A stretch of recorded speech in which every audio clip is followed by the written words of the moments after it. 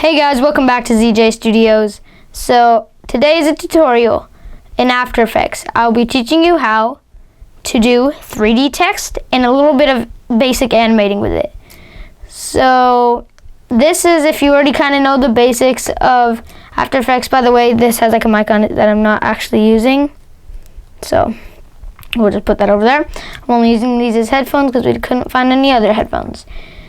So you want to start with a new composition, 29.9 frames a second. That's pretty average. Background color, black. Duration, we can just make this 15 seconds. Now here we have the composition. We can fit this right here. So sorry for the noise of this armrest. It's a little weird. So what you want to do is make a new. So right click right here. By the way, this is a Mac, so when I say command, you would do control if you're using any other thing besides a Mac. So right click, new, text. We can just make this test. There. We can change the font. We can do something bold. That's pretty good. Now we can just scale this up. Make sure to hold shift when you do that. There, center it up. So now we have this. By the way, to hold shift so that it doesn't get all wonky. Here's if I don't hold shift. See, the text gets stretched out. So Command Z for undo or Control Z. I'm not going to say that every time. When I say Command, it's Control, most likely. So now we want to make this right here, this checkbox right here, make it a 3D layer. So now you can move it around differently, like you can move it closer and farther. That's the thing that adds. Now new camera. I don't really change these settings, but if you're actually like doing like something professional like a movie, you want to change these settings. So now if you go up to the tool right here, you can click C to switch between the different tools. This is go closer and farther. This is just to pan around the whole thing. And this is to rotate, so it's like pretty similar as the other one. So as you can see, you can rotate around. And it's like, it's a good text, right? Like, right, it's 3D text. But what's wrong with this text? Like, right, there's obviously, hold up, let me just, okay. There's obviously something wrong with this text, because look at that. It's totally flat. Like what? No. So here's what we want to do. I'm just gonna reset this back to normal. So we want to go to here, our text right here, text, and geometry options. Bevel style, so you don't have to change the bevel, but this is just, yeah, bevel, whole bevel depth, and extrusion depth. So you want to turn this up, not way up, else looks like that. So you could probably go for like a solid 7. Yeah, that seems pretty good, 7. So now that we have this, you might realize it doesn't look very good because it's all white. And I agree. So what we're going to do is right click, new, we're going to add a light. Color, white, sure, not ambient, we want to be spot. And okay, so as you can see, now we're getting somewhere.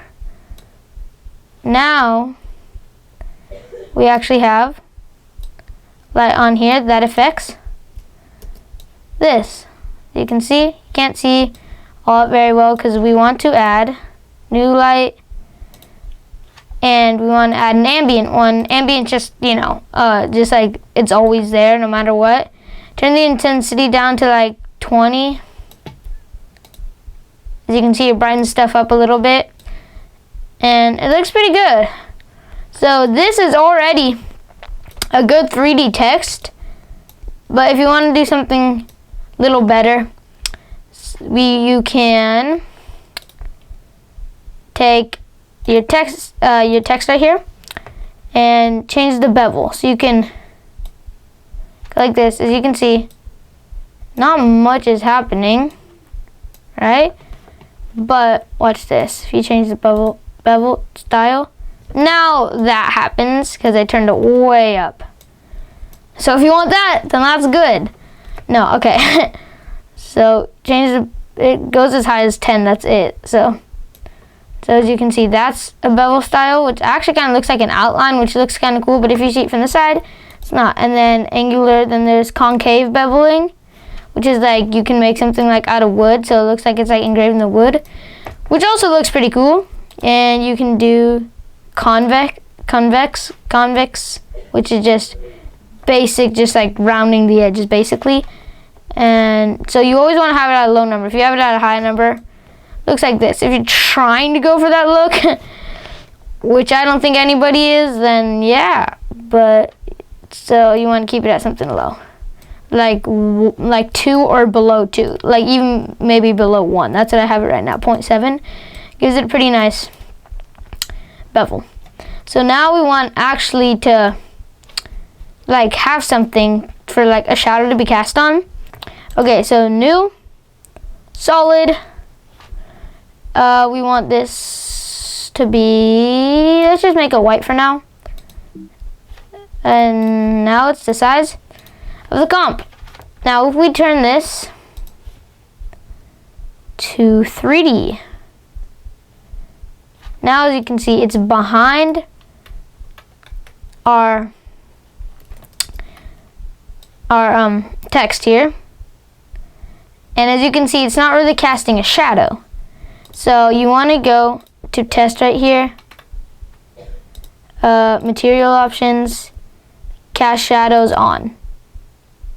So wait a second and see, now we have shadow.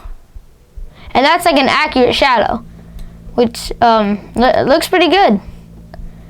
And you can also go into material options and change specular shininess, which just change like shininess. So if you turn it all the way up, very, very shiny.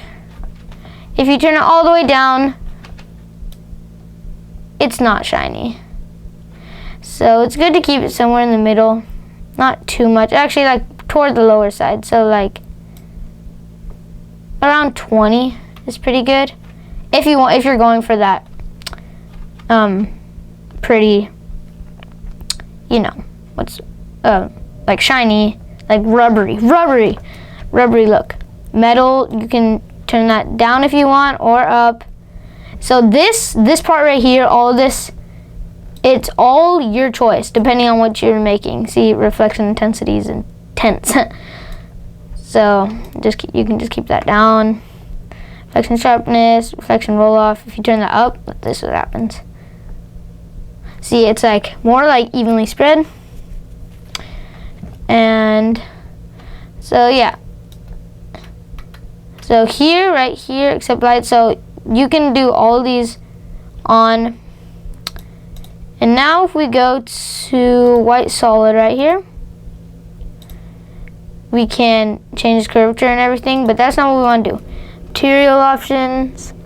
We can actually do appear and reflections, which is already on, which means if we had a light behind this test thing, then you'd be able to see the white solid in the reflection of the test thing, which is pretty cool.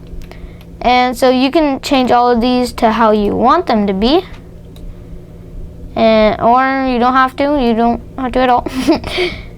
And so now I'm going to make a little bit of a floor. So I'm going to duplicate this white solid, Command D, Control D, if you want, and then go here, transform. You want to do X rotation, so you can see it rotates it along the X axis, and you want to be at a 90-degree angle, so you can just type in 90. And now we can bring this down and make sure to not the text. And I would only use these arrows to actually move stuff around in 3D space, because if you don't, you can really jack stuff up and it will not look good, trust me. And now we have this. So the shadows actually, for some reason, go right through it. See the test shadows? so the shadows just go like right through everything. But if you're not looking at the back, you should be fine. So now if we pull this up more, you can see